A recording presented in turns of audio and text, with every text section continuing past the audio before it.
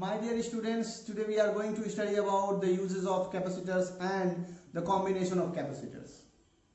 So सबसे पहला जो टॉपिक उठता है, सबसे पहला जो क्वेश्चन उठता है कि why do you use capacitor, capacitor का प्रयोग हम क्यों करते हैं। तो इसका जवाब ये है बच्चों, बहुत सारे इक्विपमेंट्स होते हैं, इलेक्ट्रिकल डिवाइसेस होते हैं जिसमें हमें उसको स्टार्ट करने के लिए बहुत ज़्यादा करंट की ज़रूरत पड़ती है। At the time of start we need great amount of current to the amount of almost 30 ampere. तो ये 30 एम्पियर की करंट हम घरों में उतना ज़्यादा हमारी सप्लाई नहीं आती है। तो हमें करना क्या होता है कि हम इलेक्ट्रिक एनर्जी को स्टोर करके रखते हैं in the form of charge. तो mainly we use parallel plate capacitor. तो आप लोग सुने होंगे घरों में लोग कहते हैं, पापा कहते हैं बेटा जरा कंडेंसर जो है बदल करके दूसरा कंडेंसर खरीद करके इलेक्ट्रीशियन से लगवा दो। कुछ बच्चे खुद ही लगा लेते हैं, कंडेंसर वगैरह फैन का जो है वो खुद ही चेंज कर लेते हैं। आपके घरों में कूलर का इस्तेमाल होता होगा, तो कूलर में भी कंडेंसर का प्रयोग होता है ना। तो क्या होता है कि जब इतनी ज्यादा हमें करंट की जरूरत पड़ती है तो नॉर्मल सप्लाई में हमें उतनी करंट नहीं मिल रही होती है, उतनी हाई करंट नहीं मिल रही होती है। तो इसका उपाय इंजीनियर्स और साइंटिस्ट ने यह निकाला कि हम क्या करते हैं कि प्लेट्स होती हैं, कंडक्टर की प्लेट, कंडक्टिंग प्लेट्स होती हैं, उन कंडक्टिंग प्लेट्स पर हम चार्ज को स्टोर करके रखते हैं। जैसे ही हम लोग उस डिवाइस को ऑन करेंगे तो तुरंत से ज्यादा करंट जो है उस सर्किट में पहुंच जाएगी। बच्चों जैसे हम लोग फर्स्ट ईयर में पढ़ते हैं मैकेनिक्स में, एक स्टैटिक फ्रिक्शन होता है और दूसरा डायनामिक फ्रिक्शन होता है। तो जो स्टैटिक फ्रिक्शन है उसे हम Fs से रिप्रेजेंट करते हैं और जो काइनेटिक फ्रिक्शन होती है उसे Fk से रिप्रेजेंट करते हैं। तो हम जानते हैं कि kinetic friction is less than static friction, Fk is less than Fs। कहने का ये मतलब है कि जो काइनेटिक फ्रिक्शन है वो छोटा होता है और जो आपका स्टैटिक फ्रिक्शन होता है वो बड़ा होता है। वैसे ही यहाँ पर जब हम कुछ ऐसे इलेक्ट्रिक डिवाइसेस होते हैं जिनको रन कराने के लिए जो इनिशियल करंट की वैल्यू वो तो ज़्यादा होती है, but once it started running तो हमें उसको आगे रन कराते रहने के लिए उतनी ज़्यादा करंट की ज़रूरत नहीं पड़ती है।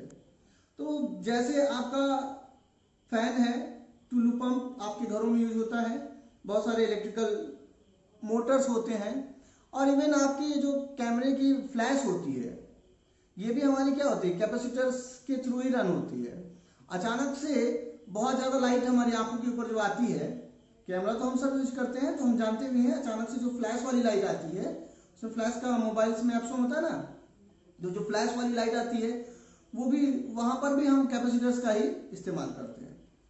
तो होता क्या है इसमें कि हम नॉर्मल तो पढ़ चुके हैं कि कैसे किसी कैपेसिटर के लिए पोटेंशियल की वैल्यू क्या होती है, पोटेंशियल उसके प्लेट्स के क्रॉस जो पोटेंशियल डिफरेंस होती है उसकी value V is equal to Q upon C होती है। तो ये सारी चीजें हम जानते हैं। अब हम पढ़ने जा रहे हैं कॉम्बिनेशन ऑफ कैपेसिटर्स। तो बच्चों कॉम्बिनेशन ऑफ कैपेसिटर में क्या है कि जनरल जो है आप सीरीज कॉम्बिनेशन पढ़िएगा और पैरेलल कॉम्बिनेशन पढ़िएगा, ये आपके सिलेबस में आता है।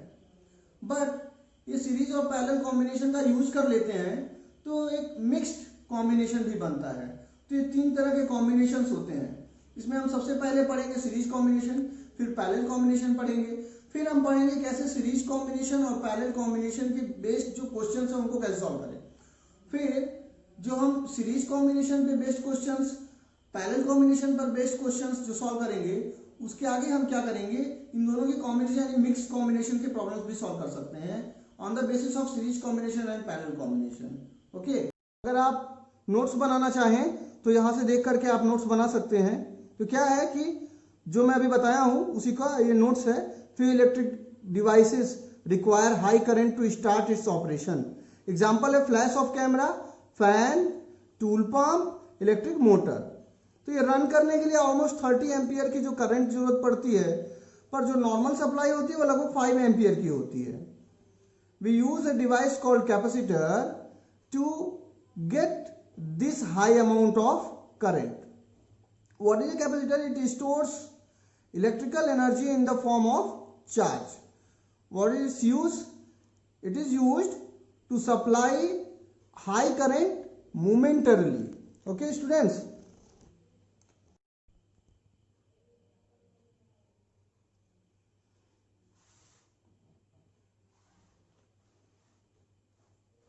Now we will study about combination of capacitors.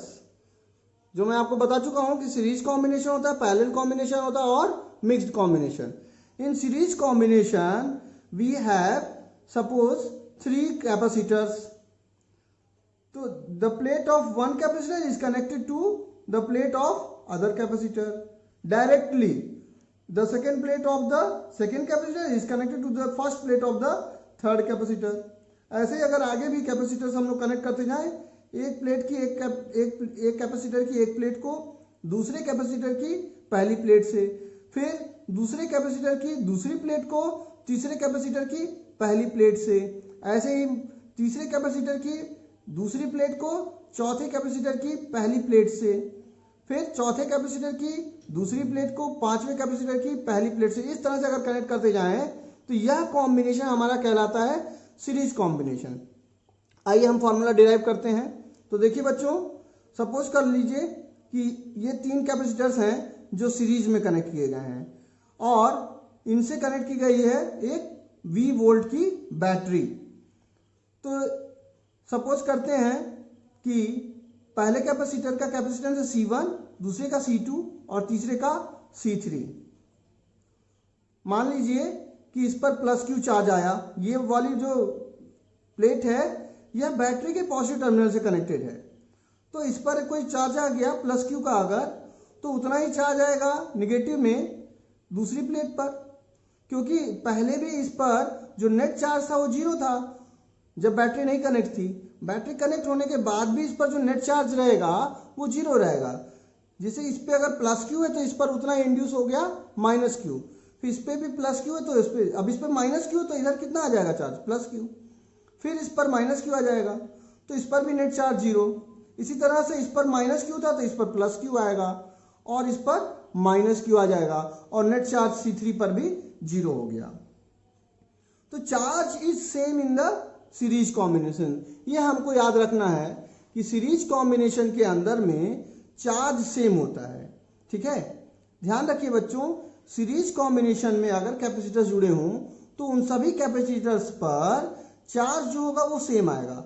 अगर इस पर प्लस क्यू आ रहा है, माइनस क्यू आ रहा है, तो अगले वाले पर भी प्लस क्यू माइनस क्यू, अगले वाले पर भी प्लस क्यू माइनस क्यू, इस तरह से ये चार्जेस सेम आते हैं। तो सीरीज कॉम्बिनेशन में मेन चीज हमें यही ध्यान रखना है कि चार्ज जो होता है वह सेम रहता है, चार्ज नहीं बदलता है। सारे कैपेसिटर्स की भले ये C1, C2, C3 हैं, लेकिन इन पर चार्जेस उतने ही आते हैं जितना फर्स्ट कैपेसिटर पर आएगा, उतना ही सेकेंड कैपेसिटर पर भी आएगा, उतना ही चार्ज थर्ड कैपेसिटर पर भी आएगा। बट ये V वोल्टेज की जो बैटरी से कनेक्ट किया गया है, इसमें V वोल्ट का जो बैटरी है यह 3 पोटेंशियल्स जो है इन पर जो खर्च हो रहा है, ये V वोल्ट की बैटरी, V वोल्ट कहाँ कहाँ लग रहा है, इस पर V1, इस पर V2 और इस पर V3। तो V is equal to V1 plus V2 plus V3, तो वो हो गया। लेकिन हम जानते हैं V इक्वल टू होता है Q अपॉन C, क्योंकि पहले वाले पर चार्ज Q है, दूसरे पर भी चार्ज Q, तीसरे पर भी चार्ज Q है, इसलिए V1 is equal to Q upon C1, V2 equal to Q upon C2 और V3 equal to Q upon C3। अब इस तरह से अगर हम लोग इनका रेशियो निकालें तो V1 is to V2 is to V3 होगा 1 upon C1 is to 1 upon C2 is to 1 upon C3। अब इक्विवेलेंट कैपेसिटर वो होता है जिस तरह से हमें यहाँ पर Q चार्ज मिल रहा है हर एक कैपेसिटर पर, अगर इन तीनों की जगह हम एक ऐसा कैपेसिटर यूज करें जिस पर भी वही चार्ज आता है और उसी बैटरी से कनेक्ट करते हैं, उतने ही वोल्टेज की बैटरी से कनेक्ट करते हैं, तो वो हो गया हमारा। सपोज कर लीजिए यह जो इक्विवेलेंट, इन तीनों के इक्विवेलेंट अगर कोई कैपेसिटर यूज हो रहा है उसे हम CS नाम दे दें। CS का मतलब हुआ C सीरीज, CS का मतलब है सीरीज कॉम्बिनेशन, इसलिए हम लोग CS यूज कर सकते हैं। तो इन द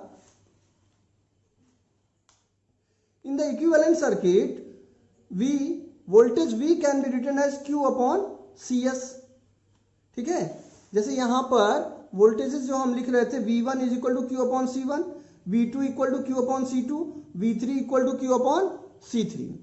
तो यहां पर हम लिखेंगे V equal to Q upon CS, क्योंकि फॉर्मूला होता है वोल्टेज जो है that is equal to charge upon capacitance.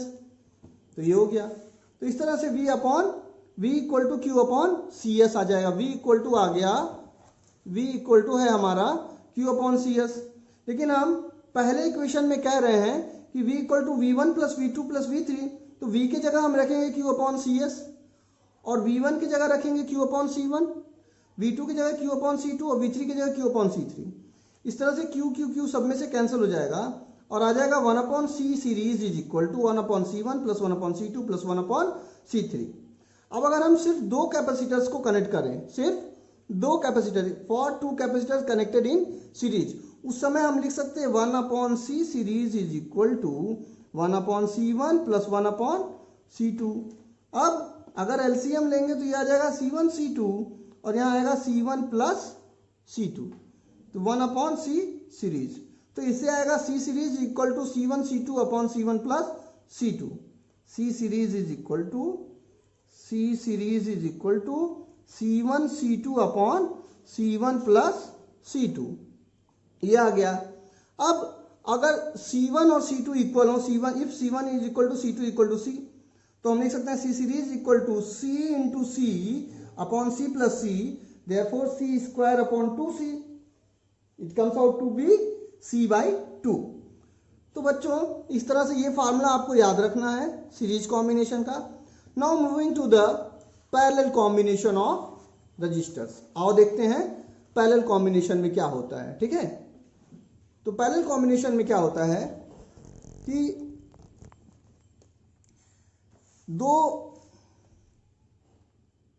जो आपके कैपेसिटर्स होते हैं, वो कैपेसिटर्स की दोनों जो प्लेट्स होती हैं वह एक टर्मिनल पर एक प्लेट और दूसरे टर्मिनल से दूसरी प्लेट कनेक्टेड होती है।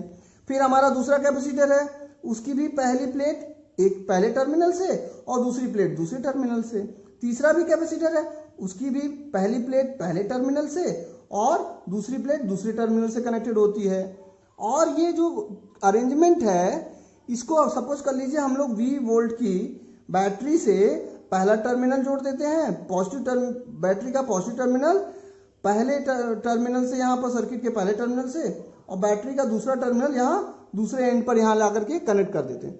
तो इस तरह का अरेंजमेंट जिसमें कैपेसिटर्स की जो प्लेट्स होती हैं वह दो टर्मिनल्स के बीच में जुड़ी होती हैं, इस तरह की कॉम्बिनेशन को हम लोग पैरेलल कॉम्बिनेशन कहते हैं।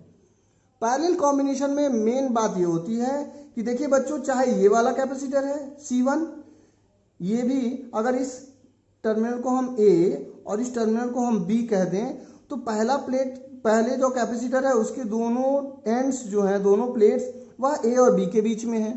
दूसरे कैपेसिटर की भी जो दोनों प्लेट्स हैं वह टर्मिनल A और टर्मिनल B के बीच में है। तीसरे कैपेसिटर की जो प्लेट्स हैं वह भी टर्मिनल A और टर्मिनल B के बीच में है। तो यह हमारा पैरेलल कॉम्बिनेशन है। तो इस कारण से चूंकि दोनों जो है VA माइनस VB, सभी कैपेसिटर्स के लिए VA माइनस VB ही पोटेंशियल डिफरेंस होगा, इसलिए तीनों के लिए पोटेंशियल सेम होता है। तो वही चीज है कि parallel potential is same when capacitors are connected in parallel. अगर कैपेसिटर्स को हम लोग पैरेलल में कनेक्ट करेंगे तो पोटेंशियल तीनों में क्या होगा, सेम होगा, और तीनों में वही पोटेंशियल होगा जो बैटरी का पोटेंशियल होगा। तो बैटरी का पोटेंशियल अगर V है तो पहले कैपेसिटर के भी क्रॉस पोटेंशियल V होगा, दूसरे के क्रॉस भी पोटेंशियल V है और तीसरे के क्रॉस भी पोटेंशियल V है। अब हम जानते हैं Q इक्वल टू CV, इसलिए पहले कैपेसिटर की प्लेट्स पर जो चार्ज आएगा वह अगर यहाँ से चार्ज Q चलता है तो वह तीन भाग में बढ़ जाएगा, Q1 Q2 और Q3 में, Q1 Q2 और Q3 में। तो Q1 is equal to capacitance C1 into potential difference V, Q2 equal to C2 into V, ऐसे ही Q3 equal to C3 into V। अब इन तीनों की जगह पर अगर हम लोग एक ऐसा कैपेसिटर यूज कर लें जो इसके इक्विवेलेंट हो, तो उतना ही चार्ज यहाँ Q था, यहाँ पर भी Q चार्ज आएगा। तो उस Q चार्ज से क्या होगा, यह अगर कैपेसिटर इसका CP मान लिया जाए तो यह दोनों सर्किट्स क्या है, दोनों जो है ये CP जो है इक्विवेलेंट होगा किसके, C1 C2 C3 के पैरेलल कॉम्बिनेशन के। आइए देखते हैं इसमें क्या होगा। हमारा जो चार्जेज होंगे वह किस रेशियो में होंगे, कैपेसिटेंस के रेशियो में होंगे। चार्जेज जो हैं वह कैपेसिटेंस के रेशियो में आएंगे। Q1 is to Q2 is to Q3 is equal to C1 is to C3 is to C3। क्यों, यहां देखिए, आप देख सकते हैं यहां क्या चीज है कि Q1 is C1V, Q2 is C2V और Q3 इज C3V। तो Q1 is to Q2 is to Q3 is C1 is to C2 is to C3, क्योंकि V सब में है, कॉमन है। अब आगे देखते हैं, तो जो चार्ज Q चलता है वह 3 जगह बढ़ जाता है, Q1 Q2 और Q3 में। इसका मतलब है कि charge Q is equal to Q1 plus Q2 plus Q3। अब Q चार्ज जो है, जो इक्विवेलेंट हमारा कैपेसिटर, उसको अगर हम C पैरेलल कह दें, CP कह दें, तो CP into V is equal to Q1 की वैल्यू C1V, Q2 की वैल्यू C2V, Q3 की वैल्यू C3V। दोनों तरफ से, दोनों LHS और RHS से V कैंसिल हो जाएगा, यहाँ से आएगा CP equal to C1 plus C2 plus C3। आइए हम प्रॉब्लम देखते हैं, एक प्रॉब्लम देखते हैं कैसे हम उस प्रॉब्लम को सॉल्व करेंगे। ठीक है, तो बच्चों एक प्रॉब्लम है जिसमें कि 4 माइक्रोफैरड और 2 माइक्रोफैरड के 2 कैपेसिटर्स हैं जो कि 6 वोल्ट की बैटरी से कनेक्टेड हैं। हमें निकालना है equivalent capacitance C series, potential on each capacitors और charge on each capacitor. Also we have to find the energy stored in each capacitor. आइए निकालते हैं, इस प्रॉब्लम को सॉल्व करते हैं।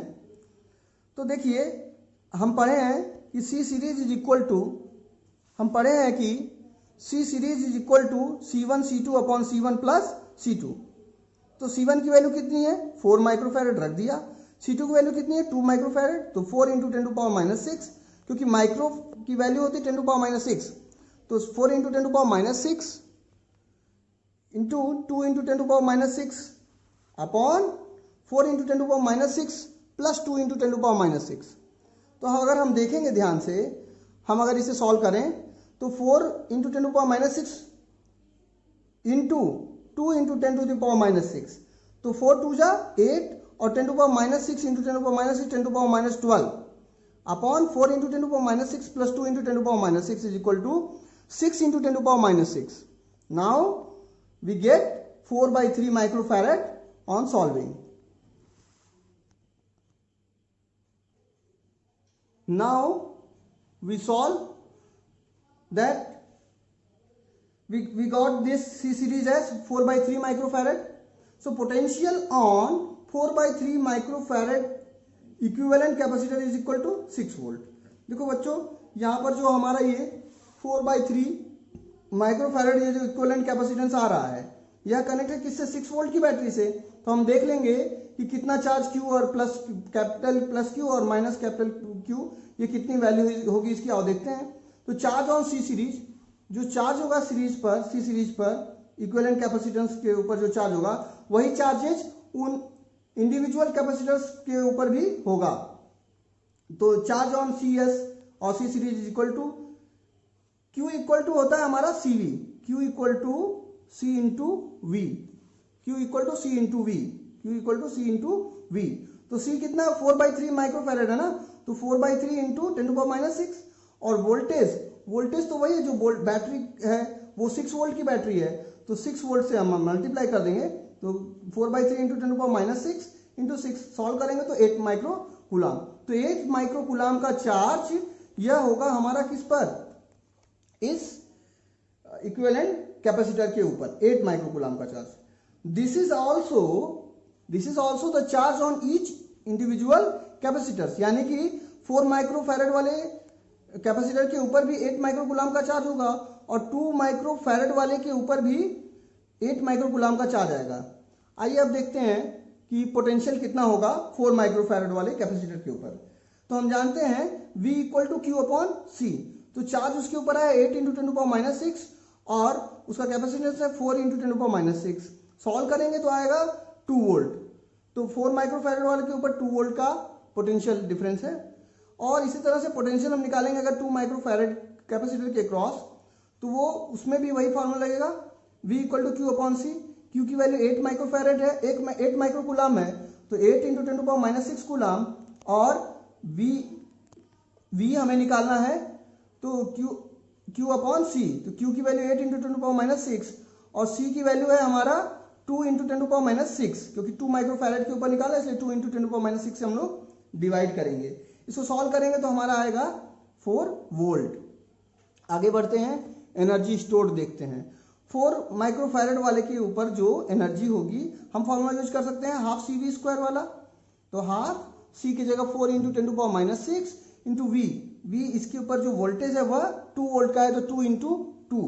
तो इसे हम आगे अगर सॉल्व करेंगे तो हम देखेंगे कि आएगा कि 8 into 10 to power minus 6 joule. इसी तरह से energy stored in 2 microfarad capacitor अगर हम निकालेंगे तो हाफ C की वैल्यू 2 माइक्रोफैरड है, तो 2 इंटू 10 टू पावर माइनस 6 और V स्क्वायर जो 2 माइक्रोफैरड वाला जो कैपेसिटर उसके ऊपर वोल्टेज है 4 वोल्ट का भी हम निकाले हैं, तो 4 इंटू 4। तो सॉल्व करेंगे तो आएगा 16 into 10 to power minus 6 joule. तो बच्चों ये सवाल था सीरीज कॉम्बिनेशन के ऊपर। आगे हम सवाल लगाएंगे पैरेलल कॉम्बिनेशन के ऊपर। तो पैरेलल कॉम्बिनेशन हम सीख चुके हैं। तो देखिए बच्चों, ये एक सवाल है, एक क्वेश्चन है, न्यूमेरिकल है, जिसमें 1 माइक्रोफैरड, 2 माइक्रोफैरड और 3 माइक्रोफैरड के 3 कैपेसिटर्स हैं जो 12 वोल्ट की बैटरी से कनेक्टेड है। क्वेश्चन है find equivalent capacitance CP. Find equivalent capacitance CP. CP चाहिए हमें, पोटेंशियल ऑफ ईच कैपेसिटर। हमें हर एक का कैपेसिटेंस का जो कैपेसिटर लगे हैं उसके अक्रॉस पोटेंशियल चाहिए, चार्ज चाहिए हर एक पर, और हर एक कैपेसिटर में जितनी एनर्जी स्टोर हो रही है वो चाहिए। आइए सॉल्व करते हैं। तो हम जानते हैं कि Cp is equal to C1 plus C2 plus C3। तो डायरेक्ट हम सॉल्व कर लेंगे। इसमें C1 की वैल्यू 1 माइक्रोफैरड, 2 माइक्रोफैरड C2 की वैल्यू है, और 3 माइक्रोफैरड C3 की वैल्यू है।